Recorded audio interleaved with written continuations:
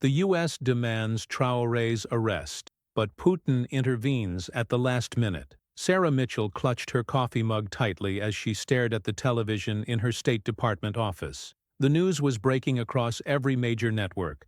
Malian Colonel Ibrahim Traoré had just nationalized 3 major American mining companies operating in his country, effective immediately and without compensation. The move sent shockwaves through Washington and Wall Street alike. "He can't do this," whispered James Hoffman, her deputy, standing beside her desk.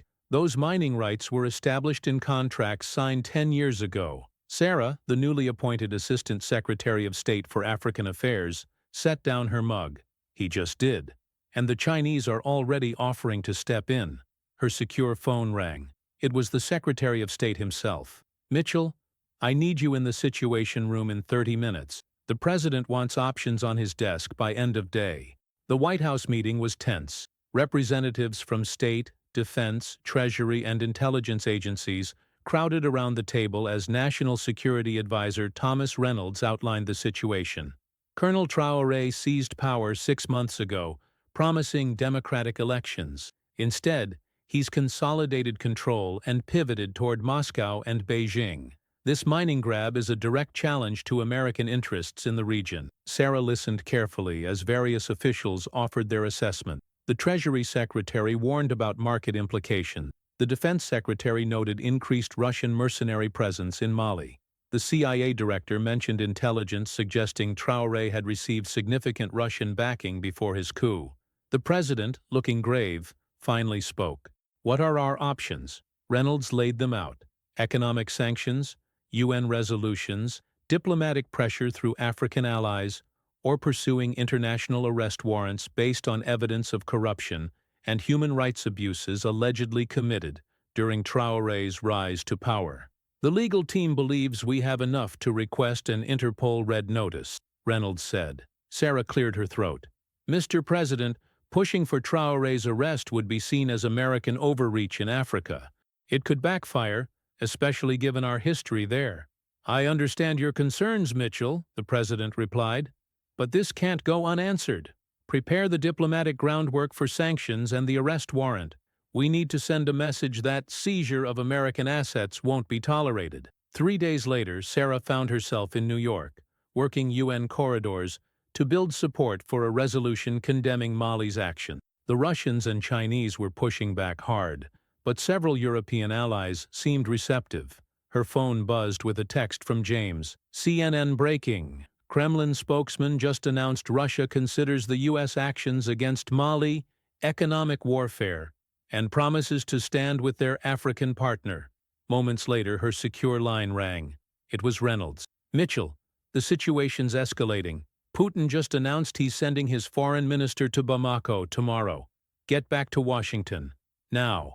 As her diplomatic car wound through Manhattan traffic toward the airport, Sarah stared at the rainy streets. This was no longer just about mining rights. It was becoming a dangerous geopolitical chess match with a Russian president who rarely bluffed. Her phone buzzed again. A news alert. Russian military transport planes spotted landing in Bamako, Mali. Sarah closed her eyes briefly. The diplomatic storm was about to become a hurricane. The Secretary of State didn't mince words as they gathered in his office the next morning. Putin's playing hardball. Their foreign minister's arrival in Bamako was a spectacle. Red carpet, military honors, the works. They've signed a comprehensive strategic partnership that includes security guarantees. Sarah scrolled through satellite images on her tablet showing Russian cargo planes on the tarmac in Mali's capital. "Those aren't just diplomatic flights. Our intelligence suggests military equipment deliveries." "Correct," said CIA Director Wilson. "And not just small arms. We're seeing evidence of advanced air defense systems, possibly S-300 components. Putin's creating a protected client state right in the middle of West Africa." The secretary rubbed his temples. "The president is furious. The Interpol red notice request for Traoré goes out today. Treasury is finalizing the sanctions package." "Sir," Sarah ventured, "escalating now could push Traoré completely into Moscow's orbit. Perhaps we should try direct engagement first." "That ship has sailed, Mitchell. The president wants to show strength. Your job is to manage the diplomatic fallout. And fallout there was. Within hours of the Interpol request becoming public, the Russian Foreign Ministry issued a blistering statement calling it neo-colonial aggression against a sovereign African nation. China expressed serious concern over Western interference in African affairs. Even some traditional U.S. allies seemed hesitant to publicly back the move. Sarah worked the phones from her office late into the night, trying to shore up international support. A soft knock interrupted her call with the French ambassador. "I'll call you back, Jean-Pierre," she said, looking up to see James in her doorway. "You need to see this," he said, placing a classified intelligence brief on her desk. The document detailed intercepts suggesting Russian private military contractors were already establishing a significant presence around Mali's mining facilities, the same ones Traoré had nationalized. "They're not just providing diplomatic cover," Sarah murmured. "They're physically securing the assets against any potential U.S. response." "There's more," James said grimly. "Our embassy in Moscow reports unusual activity at the Foreign Intelligence Service headquarters. They think Putin might be planning something beyond just protecting Traoré." Sarah's secure phone rang. The White House again. "Mitchell," came Reynolds's voice. "The president's called an emergency meeting tomorrow at 600. The Russians have just announced that any attempt to apprehend Traoré on an Interpol notice would be considered an act of aggression against Russian security interests in Africa." Putin himself made the statement. Sarah set down the phone slowly. "This isn't about Mali anymore, is it?" James shook his head. "It never was. Mali's just the chessboard. The real game is between Washington and Moscow." Outside her window, Washington's monuments glowed in the distance as rain pelted the glass. Tomorrow would determine whether this became a crisis America could contain, or something far more dangerous. Sarah arrived at the White House before dawn, security personnel guiding her through eerily quiet corridors. In the Situation Room, faces looked grim under the harsh lighting. The president entered last, foregoing the usual pleasantries. "Give me the latest," he demanded, taking his seat. The DNI spoke first. "Mr. President, at 0200 Eastern, Russian state media announced that Colonel Traoré has formally requested Russian military protection under their new bilateral agreement. Shortly after, 3 additional Russian transport planes entered Malian airspace." What's Putin's game here?" the president asked, looking around the table. CIA Director Wilson cleared his throat. "Sir, we believe this is about more than Mali. Intelligence suggests Russia has been negotiating with several other African nations with significant mineral resources. Mali appears to be a test case, demonstrating that Moscow can effectively shield regimes from Western pressure. The economic implications are significant," added the Treasury Secretary.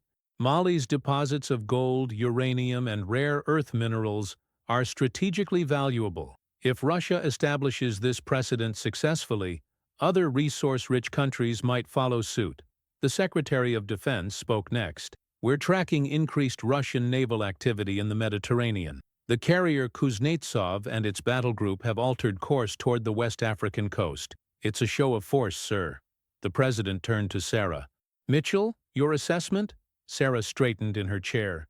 "Mr. President, Putin is exploiting our playbook against us. By framing this as resistance against Western imperialism, he's garnering sympathy across the global South. The Interpol notice plays directly into that narrative." "What do you suggest?" the president asked. "A diplomatic off-ramp, direct engagement with Moscow, while quietly shelving the arrest warrant. Focus instead on negotiating compensation for the nationalized assets." The room fell silent as the president considered her words. Finally, he nodded. "Set up a secure call with the Kremlin. I want to hear Putin's demands directly. But the sanctions package proceeds as planned. We need leverage." 3 hours later, Sarah stood in the Oval Office as the president spoke with Putin on a secure line. The conversation was tense, but measured.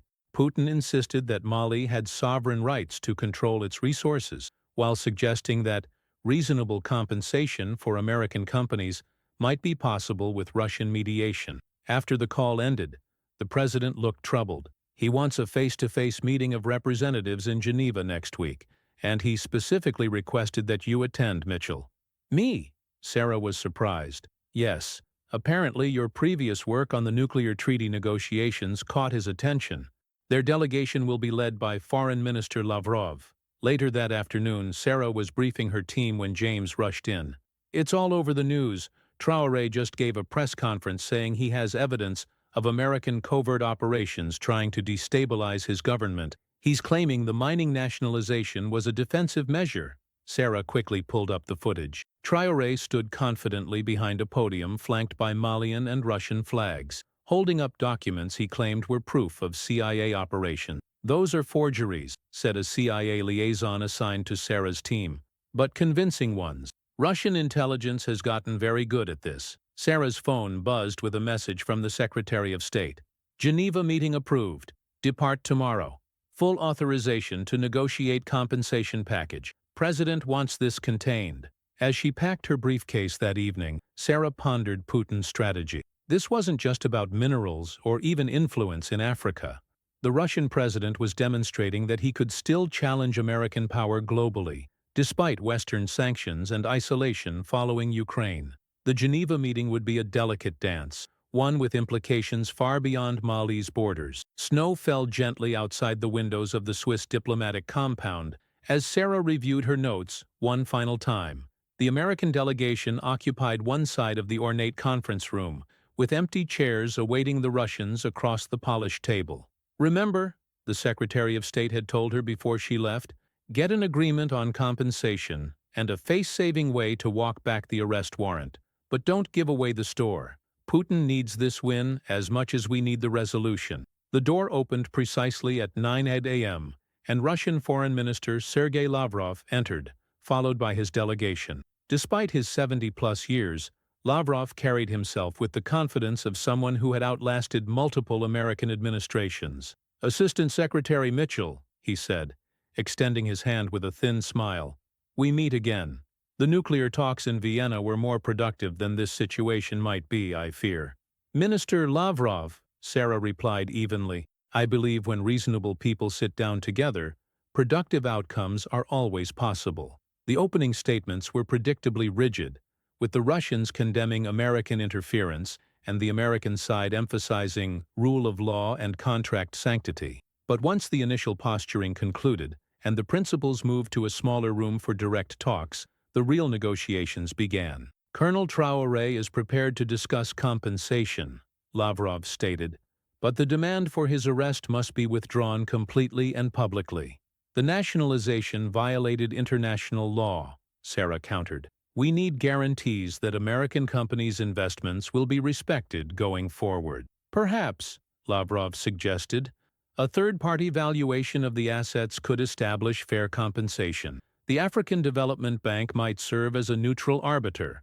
For hours they went back and forth, occasionally consulting with their teams. By late afternoon, the outlines of a potential agreement had emerged. The U.S. would withdraw the Interpol notice and ease newly implemented sanctions. Mali would provide compensation based on independent valuation, and Russia would encourage Traoré to allow Western companies future investment opportunities under new terms. As they broke for dinner, Sarah received an urgent message from Washington. Satellite imagery showed additional Russian military equipment arriving in Mali, including fighter jets. "They're negotiating while still escalating," muttered James. "Classic Russian tactic." When they reconvened the next morning, Sarah confronted Lavrov. "This military buildup contradicts the spirit of our talks." The Russian minister's expression remained impassive. "Defensive measures only.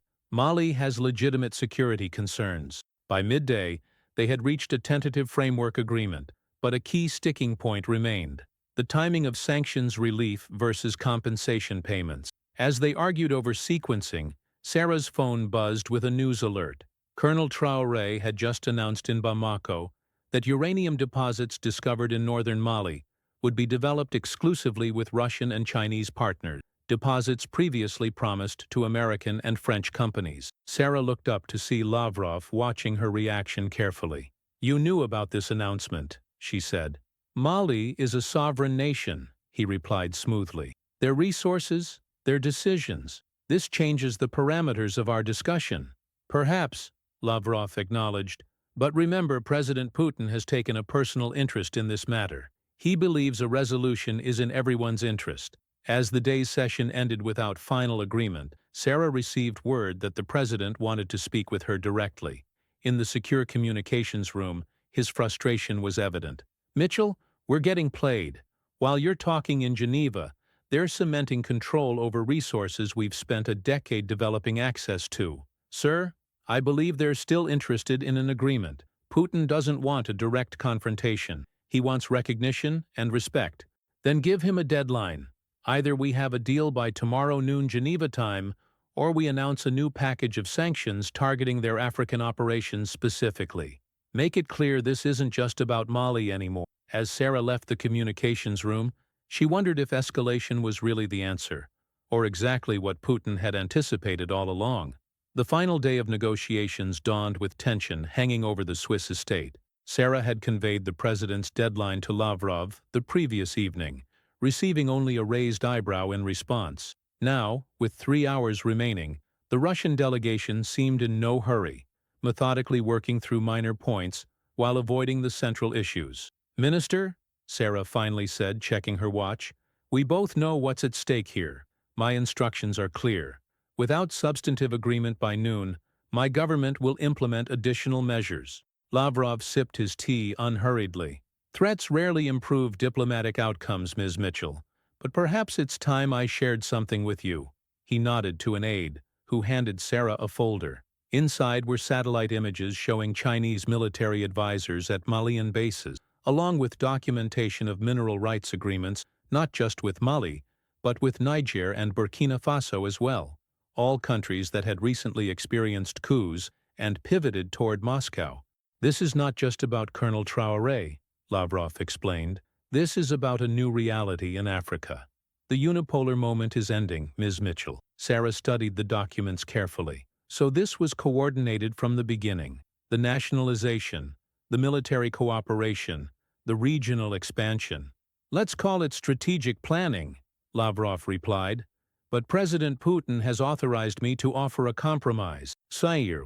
The Russian proposal was unexpected. Mali would pay partial compensation for the nationalized assets. Russia would persuade Traoré to reserve 20% of the uranium development rights for American companies, and both sides would issue a joint statement about respecting African nations' sovereignty over natural resources. In return, Lavrov concluded, the arrest warrant is permanently withdrawn, and no new sanctions are implemented against Russian interests in Africa. Sarah knew this fell short of Washington's demands, but also recognized the changing leverage. "I'll need to consult with my government." In the secure room, the president and his advisors debated the offer vigorously. The Secretary of Defense argued against acceptance, while Treasury noted that even partial compensation would satisfy nervous markets. "It's a face-saving exit for both sides," Sarah argued. "We get something tangible, and more importantly, prevent this from becoming a larger confrontation." After what seemed like an eternity, the president made his decision. "Accept the deal, but make it clear this doesn't set a precedent, and I want a direct channel maintained with Moscow regarding their African activities going forward." When Sarah returned to the conference room, Lavrov seemed unsurprised by the American acceptance. As they worked through final details, he made one last observation. "President Putin believes our countries can be competitors without being enemies, Ms. Mitchell. This resolution demonstrates that." The next morning, as Sarah's plane departed Geneva, she read the international headlines, "U.S. and Russia reach agreement on Mali crisis." Most analyses portrayed it as a diplomatic victory for Putin, demonstrating Russia's renewed global influence and ability to protect its partners from Western pressure. Yet Sarah understood the subtler reality. The crisis had been contained without escalation. American companies would retain a foothold in the region, and perhaps most importantly, a channel of communication had remained open during a dangerous standoff. Her phone chimed with a message from the president. "Mitchell, good work in Geneva. When you're back, we need to talk about a new comprehensive strategy for Africa. The rules are changing." Looking out at the clouds below, Sarah reflected on how quickly the international order was evolving. Mali had been just one move in a much larger game, one that would continue long after this particular crisis faded from the headlines. In Moscow, she knew, Vladimir Putin was likely making similar calculations about the next move on the global chessboard.